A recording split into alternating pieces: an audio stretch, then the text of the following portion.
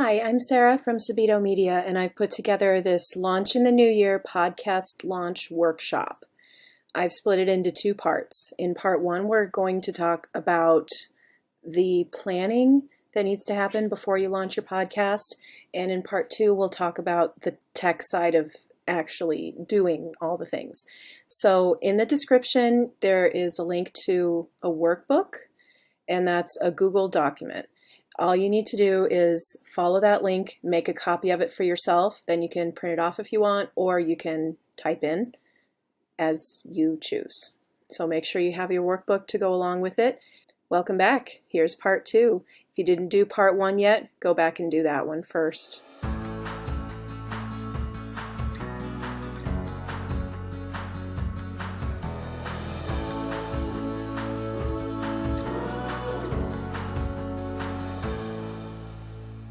So getting actually started.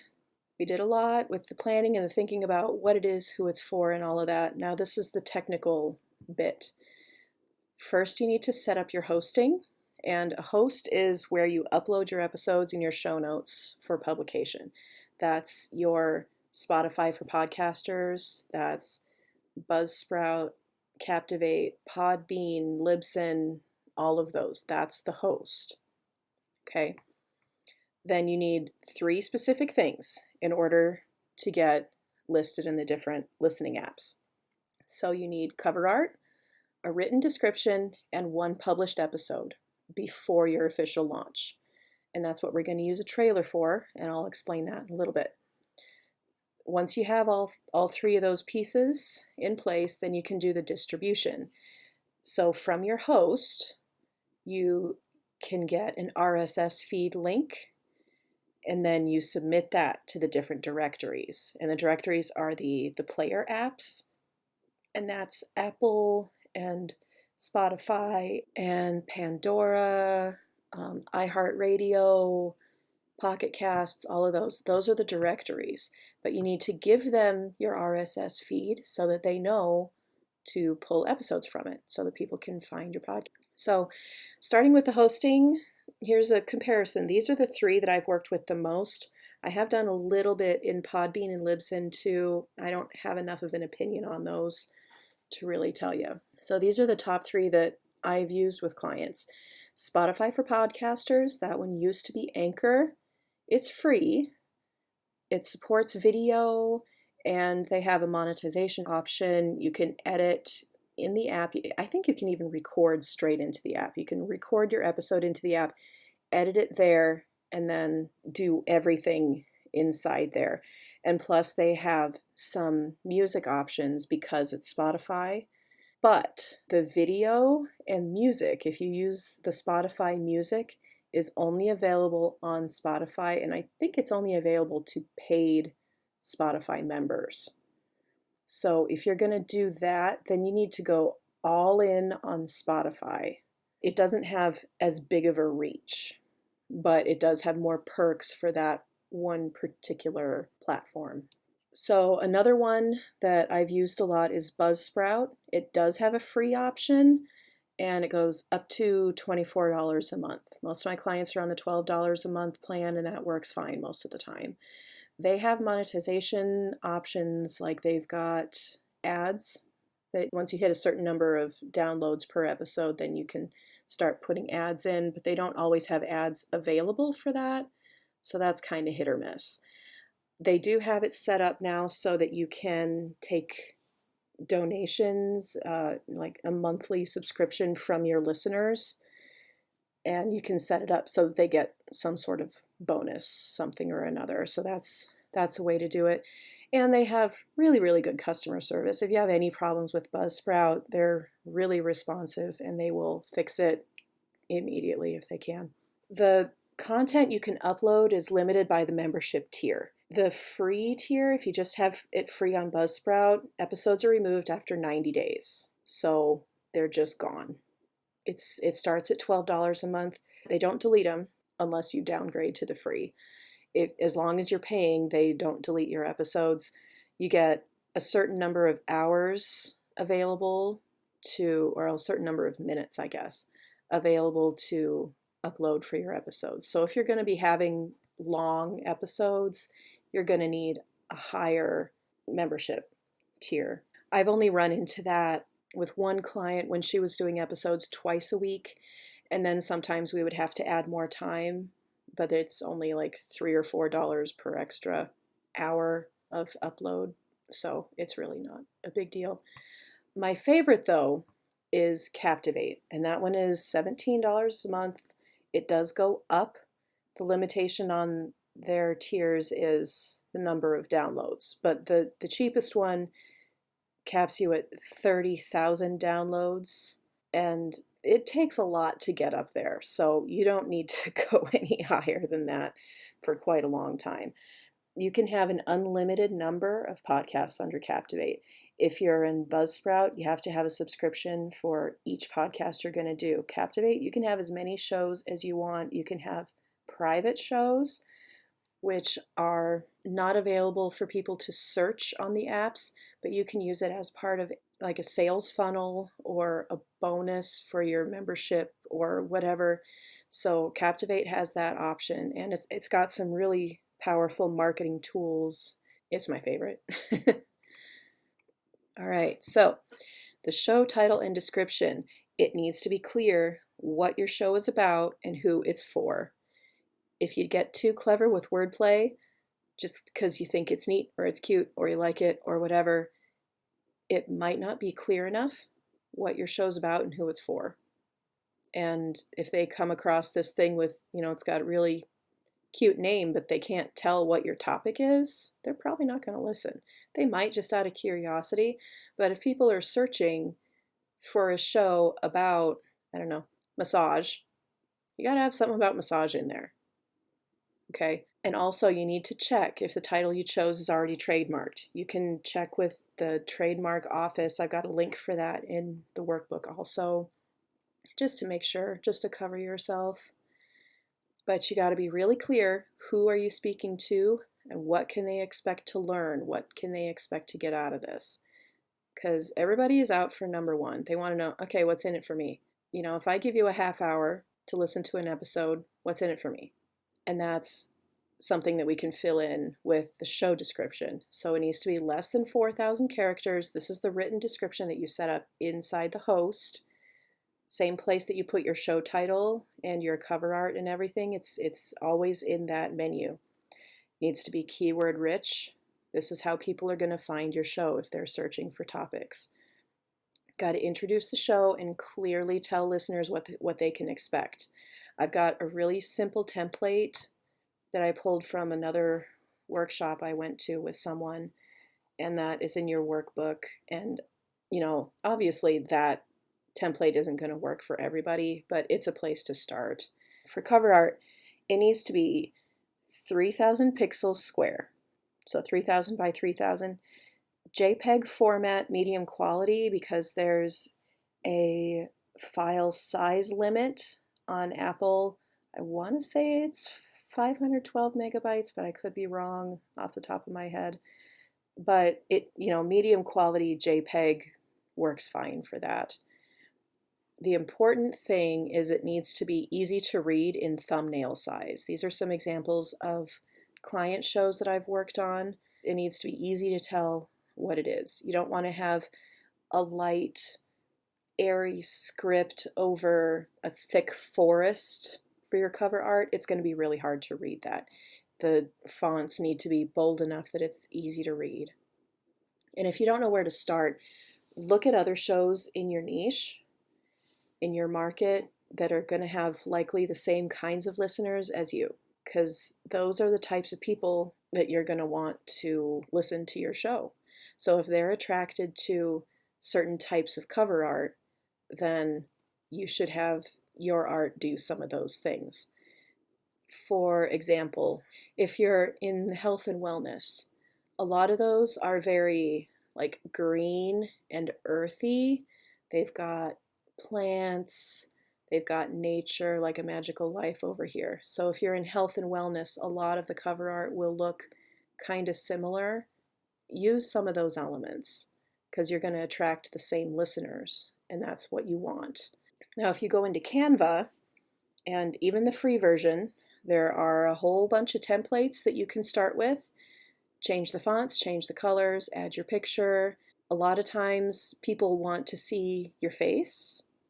Sometimes they like a graphic, and that kind of depends on your niche and what you're after and who you're trying to attract as a listener. I think that in general, people like to see the host's face, to know who's talking, to kind of put a face to the voice and get to know you a little bit better.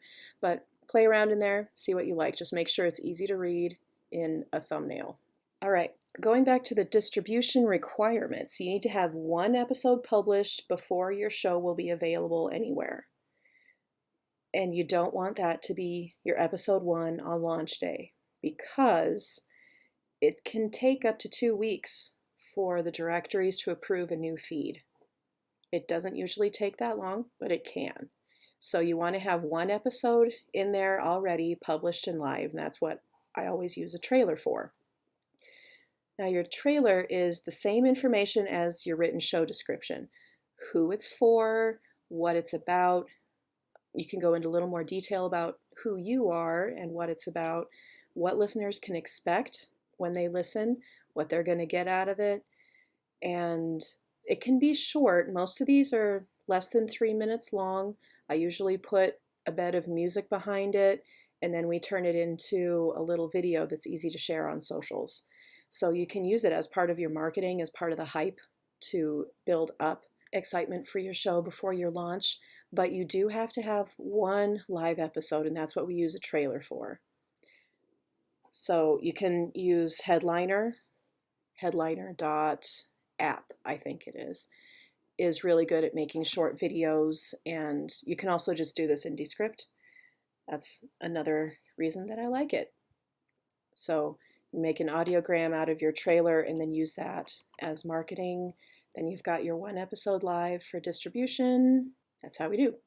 All right, now here's where it gets tricky. In order for apps like Apple, Spotify, and YouTube to find your podcast, you need to submit your RSS feed to those directories.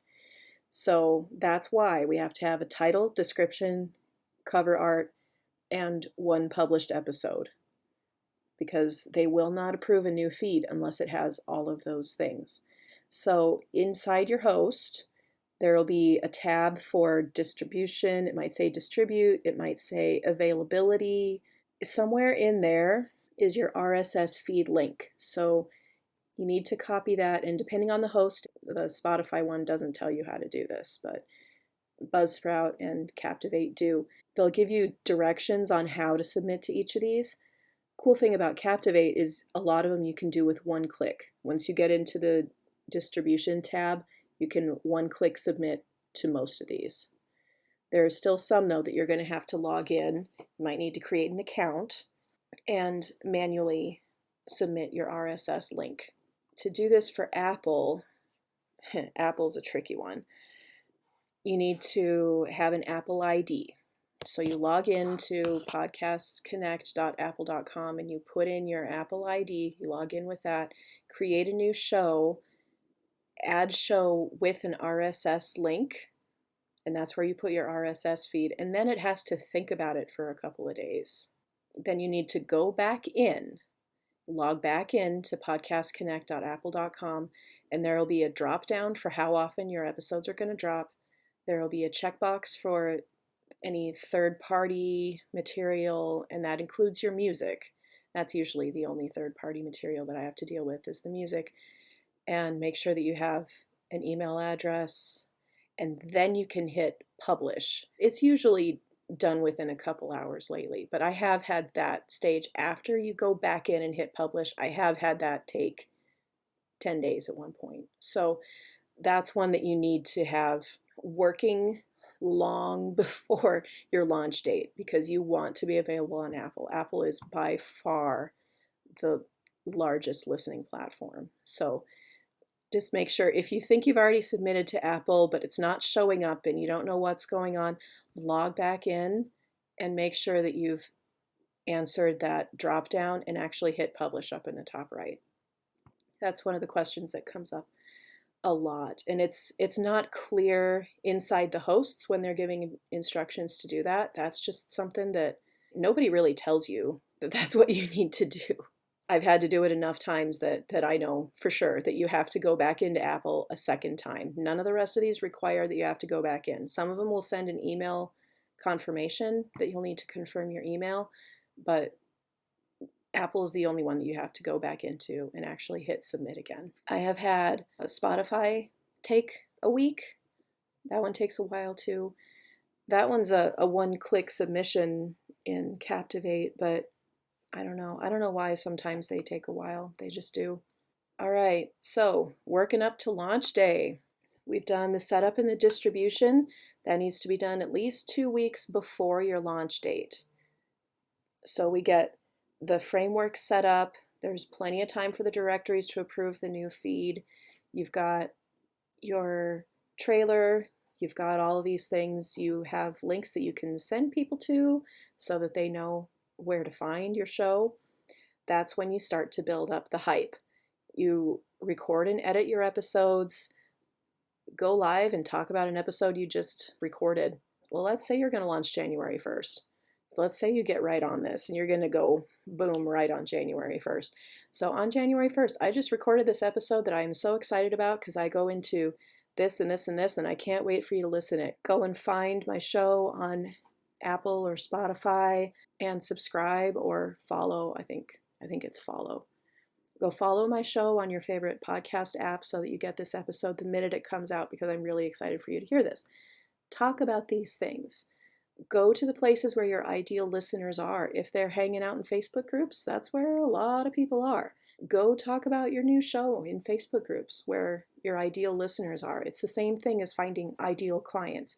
Go to where they are and talk about what you're doing. Talk about your stuff. I've had some people make a pod launch crew. They've got a Facebook group. They've got giveaways. Once they're in the group, maybe they'll get a sneak peek to an episode before it goes live. I mean, there's all kinds of things that you can offer to people to get them excited before launch day. Be creative. Figure out whatever you can do, because that is what is going to get you started and rolling really fast with getting your podcast out there, is getting people excited before it hits. And then on launch day, throw a launch party. Celebrate. You worked hard to get it this far. You're excited. You want people to be excited. Throw a party. Celebrate. Have some fun. Share your trailer every freaking where. All right, so the nitty-gritty on editing. There's lots of different, they call it DAWs.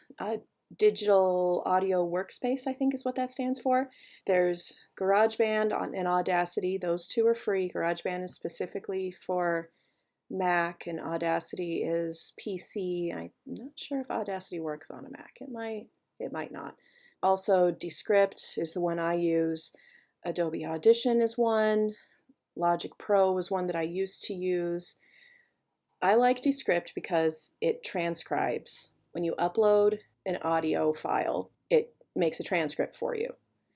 So then I don't have to go back later and put it into Otter or something else to transcribe. It's already there, and I can fix the transcript as I go. It has a function called Studio Sound that can fix a whole bunch of issues. I've got an affiliate link for Descript in the workbook, and you can edit audio and video, and when you publish, it'll export right to your host. Most hosts. It doesn't export to Anchor/Spotify, but all the rest of them, it does. And now it's also connected to Squadcast, which I'm using now, and I'm experimenting with how that works. So far, for Squadcast, I really like how it just works in the browser, and I don't have to download yet another app. That's my thing about Zoom, is I think I'm getting on a Zoom meeting, and then the app has to update, so then I'm late because the app had to update. So Squadcast, it just works in the browser, and I am good with that. All right, first couple of things you need to record are a short introduction and a sign-off. Now, it can be optional whether or not you want to do these. If you want to just welcome people to your show, say your show name, and say that like in the beginning as you're getting into whatever you're going to talk about that day, that's cool. You can do your own little sign off at the end of each one if you want to. But if you have certain things that you want to say every time, if you have like a medical disclaimer, there's a show that I've worked on that had a medical disclaimer that they put at the end, or if you have certain call to action that you want to say every time and you don't want to forget about it accidentally when you're at the end of the show, then you can put that in an outro. So an intro is just real short. Welcome to my show with your host, me, and we'll explore this topic and tips to solve this problem that you're having. Say it in however you want to say it, but that's really all it has to be. Keep it less than a minute, preferably even less than 30 seconds. It doesn't need to be much. They want to get into the show, they want to get into what you actually have to say, but it's nice to give them a little bit of context for what they're listening to. And then the outro can be, thanks for listening today. Be sure to visit my website or join the Facebook groups, leave a review, share this episode with someone who needs to hear it. See you next time. That's all it needs to be. But it's nice to have a little bow to tie things up with at the end. And then you can add music that you have licensed rights to use. Do not just pull in your favorite song. Don't do it. I know it's tempting, and I know you think that only Highway to Hell will do it. Like that is the only song that could possibly get the feel I'm after. No. Go to Premium Beats. There are free options, and bomb around in there and find something that gets the feel that you like, and then you can affordably buy a license to use it, and then you're not going to get in trouble for copyright infringement.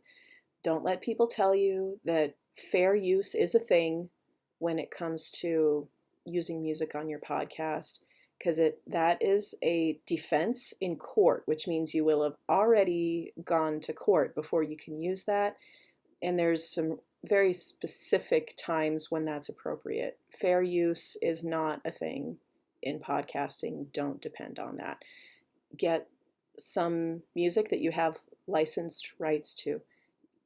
Talk to one of your musician friends. Have them write something for you, But use something that you have permission to use. Make sure you have that permission.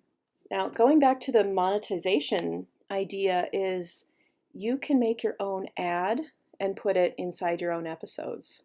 So if you have a new program that you're launching in a few months and you want to get people on the wait list, put that in an ad. Make a little ad, put some of your music on it, and stick that in the middle of your episode. Most ads will perform best in the earlier part of the episode, like the first quarter to a third of the episode. But, you can also say, well, I want to be further into the discussion than that before I start putting the ad in, so you can put it later. You can put it wherever you want, honestly.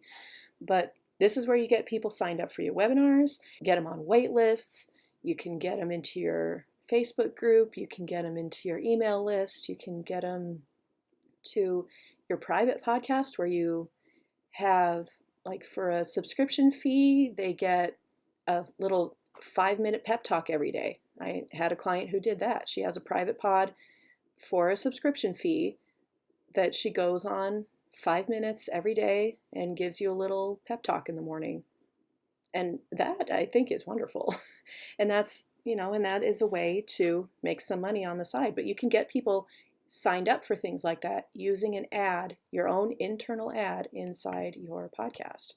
So once you record these things, export them as lossless audio, and that would be an AIF or WAV file, and then re-import those into your episodes.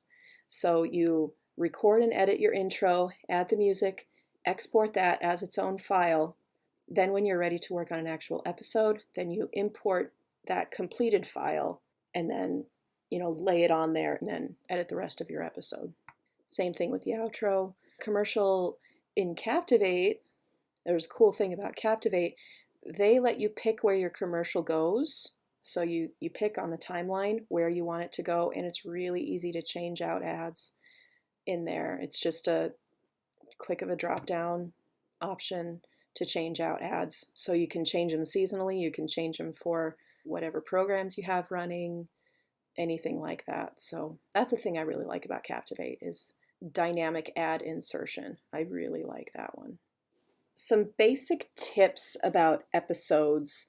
The ideal length varies based on your topic. Like if there are some, like, I don't know, true crime that takes up to an hour every time, and that's what your audience likes and they're used to that. Most shows are like that. Go for it. Cool. Business podcasts, in my experience, they hang around 20 to 40 minutes. That's where most episodes land, is in the 20 to 40 minute range. But if you can say what you need to say in 15 minutes and call it good, then do that. There's no reason to stretch it out those extra 5 minutes. If you're really on a roll and it goes 45 minutes, fine, keep it. That's fine.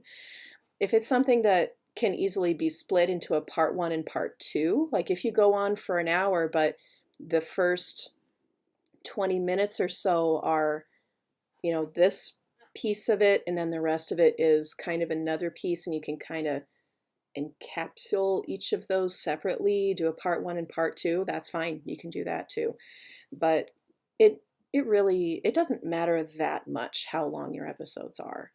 If you're looking to get some ads, then there are length requirements. I think in Buzzsprout, your episodes have to be 23 minutes long to get an ad put in them, something like that. So, keep things like that in mind, but there's no really hard and fast rule to how long an episode has to be. And same thing about day and time of publishing. There's no hard and fast rule. Most listeners will listen in the morning, but the thing about podcasts is it's on demand. They're going to listen whenever they feel like it, and they'll probably say, oh, there was that show that I was listening to. I want to see, what they've done lately. They may not be watching the notifications to see when a new episode comes up. So you can do a little bit of research. You can poll your audience actually and say, hey, when do you prefer to listen? But it really doesn't matter all that much. There's really no reason. And if everybody puts their episodes at 9 a.m. on Monday morning, everyone's going to get overwhelmed with notifications of new episodes. You can't possibly listen to all those all at once, So spread it out a little bit if you want to. Check with your audience. Talk to people. See when they want their episodes to go live. When do they usually listen? Just ask. Just ask. But it's important that you stay fairly consistent. If it seems like too much work to do an episode every week, then don't. Stick to every other week if you want to, once a month even. Or if you really feel like you have a lot to say and a lot to do, you can do one of those, short little daily things. You can do 2 episodes a week. You can do whatever you want, just as long as you stick with it and don't burn yourself out.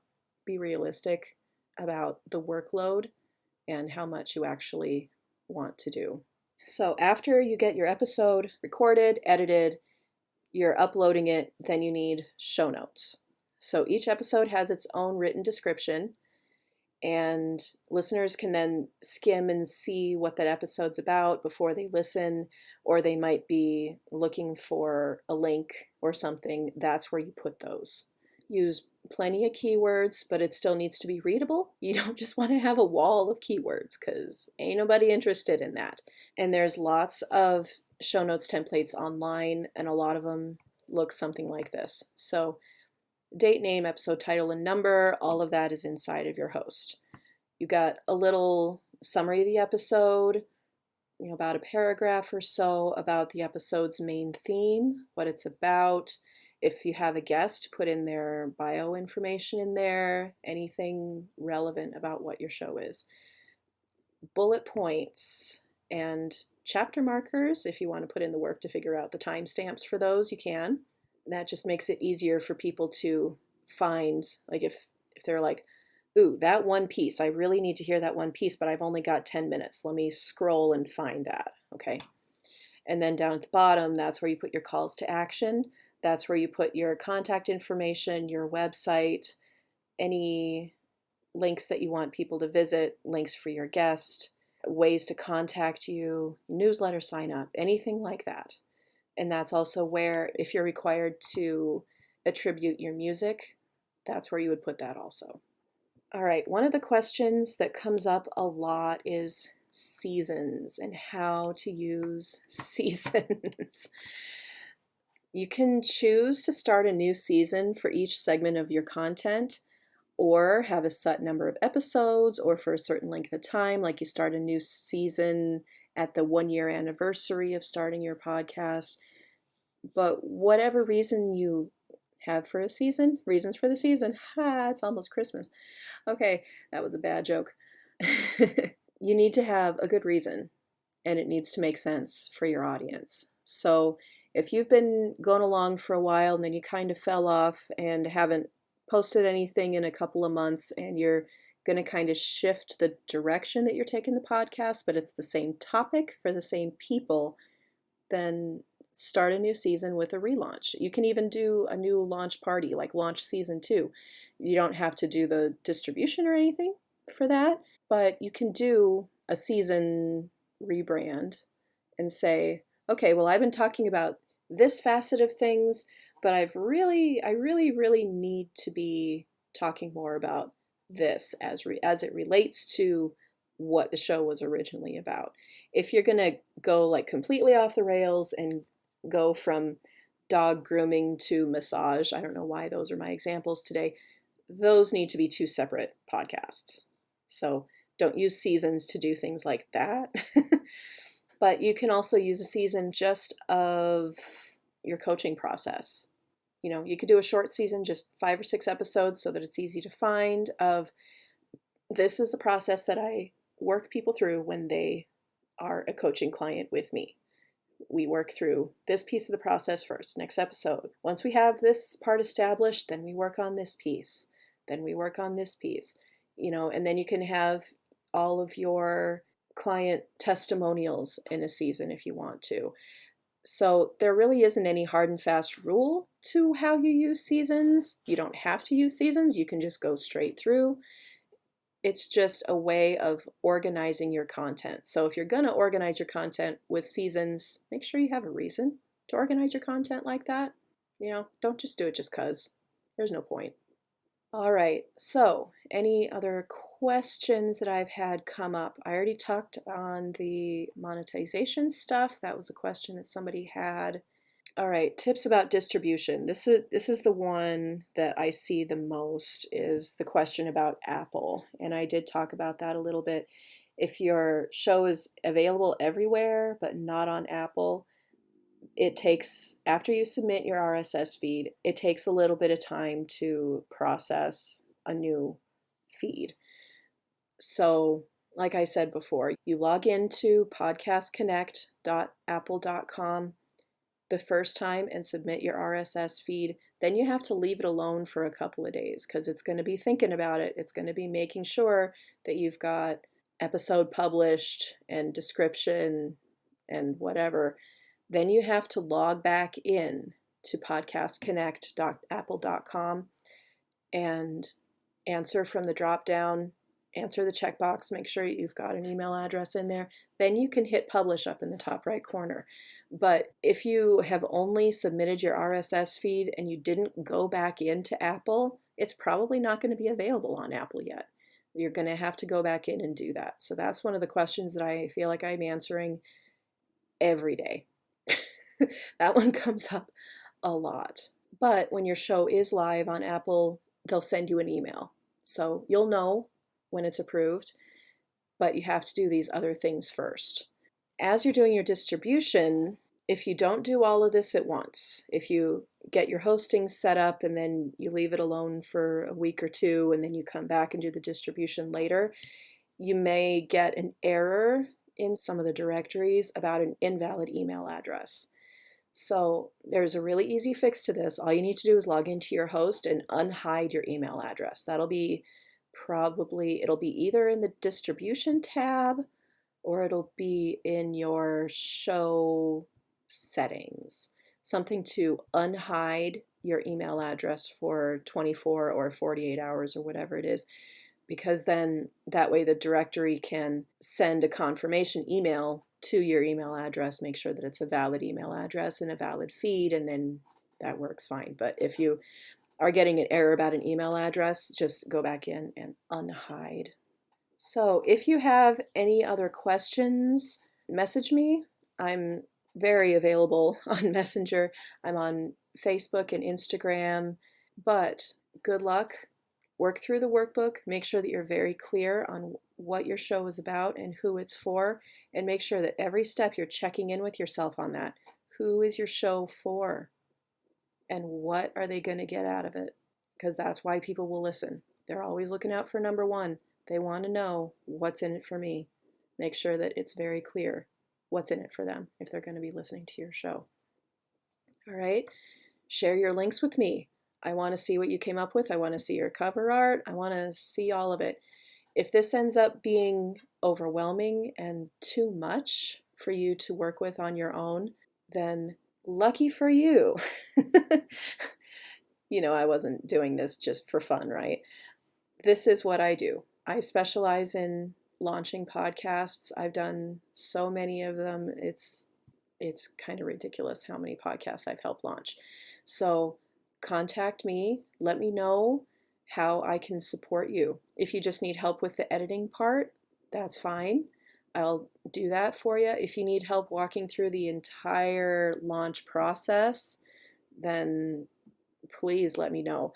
I've got a VIP day thing set up where we go through everything we just did, but I work with you one-on-one to actually write the description, actually record the intro and the trailer, and we can get all of that done, get all the work done in one day. I'll take a little bit to edit, get everything distributed, and then you can be off and running with your new podcast. Or we can do a full launch package with a set number of episodes that I edit also.